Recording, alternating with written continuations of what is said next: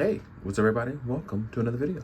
Today we're going to talk about the Joytoy Warhammer Lionel Johnson, Primarch of the Dark Angels. Very excited because I've fallen in love with Warhammer and just how cool most Space Marines look. But I think I might like another faction. I'm not sure yet. I'm reading up on them. I'm learning a lot. I don't know, man. Like, orcs sound fun and stupid, so I don't know. But right now we're going to talk about Lionel Johnson. This is the returned Primarch of the Dark Angels. In the lore, he is just returned in Era Indomitus, and I'm learning all these new things. I'm not trying to talk like I learned it and just know it off the back of my hand. That's not true. I'm just excited because I may have a special level of autism for wanting to learn things, and I've been obsessed with learning about Warhammer. So here we are with this beautiful armor for the Primarch. I'm told that this is his aged look and not necessarily his normal look. But I do love the lion fur. It's an excellent touch. Like, I don't know what kind of ridiculously large lion he must have murdered for this, because you have to understand, this guy stands like 12 feet, no, because Vulcan stands like 12 feet tall in armor. This guy is at least 9 to 10 feet tall, right? So it's utterly ridiculous, the kind of lion he like took down for it. We have a lion's crest here. We have Lionel Johnson letting you know who he is, as well as the lion mane here for the other side. I love that this goes right into the fur. We have our backpack here. It says Valor on the back. These can rotate up. I'm not sure if these jet engines are exhausts or if they're just there for cosmetic reasons, but I just love the way they look.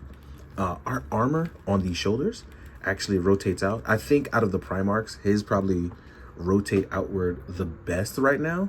Him and Rogel Dorn's. I know Reboot, or Reboot, depending on who's trying to say it or pronounce it, his are probably the weakest, but I love that they improved on it almost right away with these guys. And as you can see here, he can still hit a T-pose. There is a butterfly joint, and there is lots of mobility here in the arm. Doesn't seem that way, but trust me, there is for a guy in armor. We have a bicep swivel. We have a double joint. As you can see, it's rotating in with no issue. As far as our midsection though, that's a little like different. I think the midsection is probably the weakest. That's because right here, your plastic bits are gonna get in the way.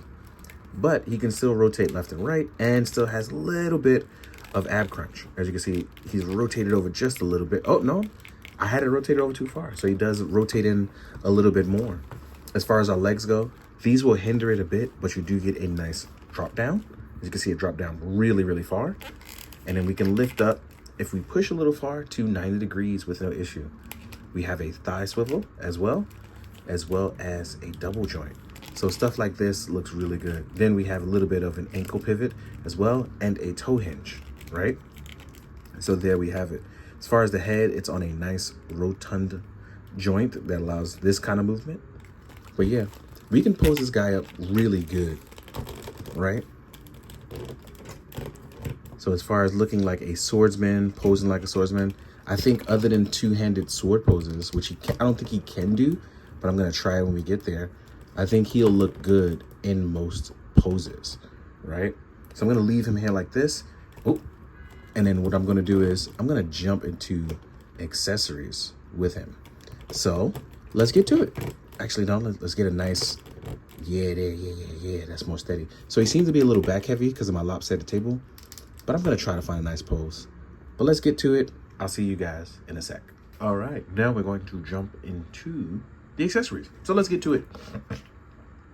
One of those things, actually, let's go over the hands first. So outside of our closed fist that you see there, we will get some item holding hands. Voila, voila, voila. Those will come in important later. And then we will get some opened action palms. Open action, right? Really cool thing about this guy is that he also comes with these two little dudes.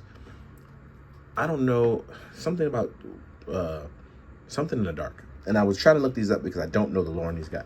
But he comes with these little guys because on Caliban, their homeworld, these little guys were native to that. They were humanoid and tiny, and they always are shrouded in mystery. And the reason why he comes with these two guys is because they hold items for him. They hold this really important and cool mace. I kind of like this mace, and to bludgeon people with this would be crazy. So you actually have one that holds the mace, right? Which will fit into the lining of right here. This is really cool, but I'm always scared like these guys are gonna break. But in reality, they can actually hold these like really well. It's just that you got to get the hands to open up, and it's hard to see. Oh, there we go. He can actually fit it in both, but I'm not gonna do that right now. But I do think this is cool. They would carry it like this right behind him, always in the background, ready, willing, and waiting. Then we also get this badass sword and sheath. It says Judgment. Jubment, not Jubment, but it is Judgment. But that's crazy that the letterman even says it like that. We have some purity seals. Then we have our unsheathed sword, the lion sword. I don't know what this one is called, but I'm gonna call it the lion's sword, or the wolf blade, or no, the wolf blade is someone else's. That's a different blade. See, I've been reading up on lore, but I just love the way this sound just. Oh, that's a good sound. And then this guy can also hold it, but I'm not gonna do that right now. Actually, we'll attempt it. We'll attempt it. So yeah, first of all, it's crazy that these little dudes just carry this and don't even question anything about life. They just be like, yo, I bangs with you. And this is what I'm gonna do. I'm gonna carry your blade around for you so you can unsheath it whenever you need to, right? Just holler at me when you need this. This is such a crazy thing, right? And I just feel like even in the background, it just looks crazy. Like, I don't even know anything. Oh, that's another thing, right? Because of stuff like that where you can leave them unbalanced, you do get stands. You get 3 stands actually built in. So I think and appreciate that. I really do, right? Then we will get the Emperor's Shield, right? This is a really cool shield where the handle can actually maneuver and move to how you want. So you can shield smash. I love this. This is where those sword holding hands come in handy. They can also hold the shield as well. Last but not least, outside of his unmasked helmet, I really like that they included different versions that are actually accurate to his lore, as he has an unmasked head, but is also hooded, right? You will get a helmeted hood head, right? It's like, oh, this is really cool. The Shrouded Knight. But then, this is probably my favorite one, the helmeted head. We're going to keep these here.